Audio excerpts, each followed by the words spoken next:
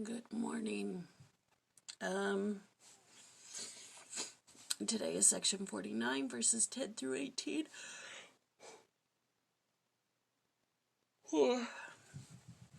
And it just goes into basically laying out what is wrong about what the Shakers believe. Meat, marriage, that sort of thing.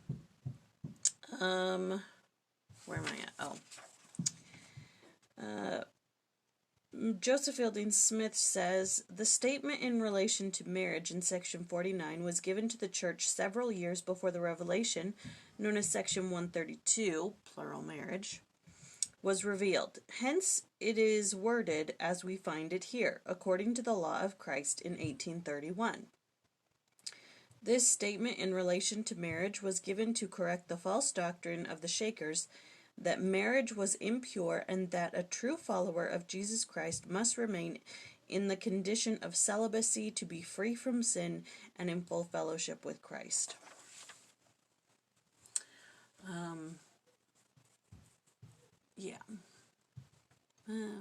What more is there to say? But this, also Joseph Fielding Smith. The people who inhabit this earth were all living in this spirit life before they came to this earth. The Lord informs us that this earth was designed before its foundations were formed for the abode of the spirits who kept their first estate, and all such must come here and receive their tabernacles of flesh and bone, and this is according to the number or measure of man according to his creation before the world was made. It is the duty of mankind in lawful and holy wedlock to multiply according to the commandments given to Adam and Eve, and later to Noah, until every spirit appointed to receive a body in this world has had that privilege. Those who teach celibacy and look upon marriage as sinful are in opposition to the word and commandment of the Lord. Such a doctrine is from an evil source and is intended to defeat the plan of redemption and the bringing into the world the spirits who kept their first estate.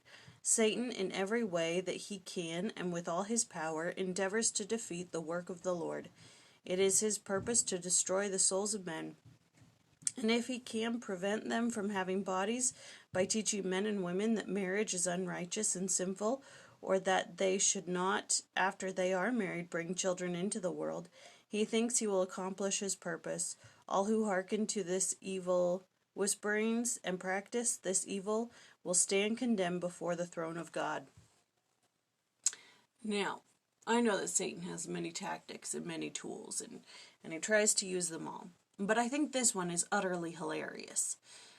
Because it's like if you tell the Shakers, oh, the sin in the Garden of Eden was a sexual sin, therefore marriage is evil. Even though later on the Lord tells Adam and Eve to multiply and replenish the earth. Nope. We're going to take one little scripture that we've misinterpreted, we're going to blow it out of proportion, and we're going to live that law of celibacy. Now, what happens when nobody of your faith has children? They all eventually die.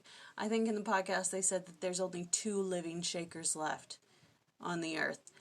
And it's like, okay, well, you got all those people to not have children, but you're down to your last 2. And I don't think anybody these days is going to be converted to Shakerism. I don't think that's going to happen. I know that he's now switched over to abortion, but I just think this one's funny. You're down to your last 2. It's like 2 to what? 1 billion people on Earth? I don't know how many people there are, but I just find this one hilarious. It's like, yeah, you got these one group of people did not have kids, but now you're down to your last 2. What are you going to do now? I know what he's going to do now, but he didn't really think it through. Of course, he never does. You want to know why? Because he's not rational. He's emotional. just like Laman and Lemuel. All right. He acts on his emotions. I think we all know something about that. But what are you going to do? What's done is done. All right, so that's 49:10 through 18. We'll see you tomorrow.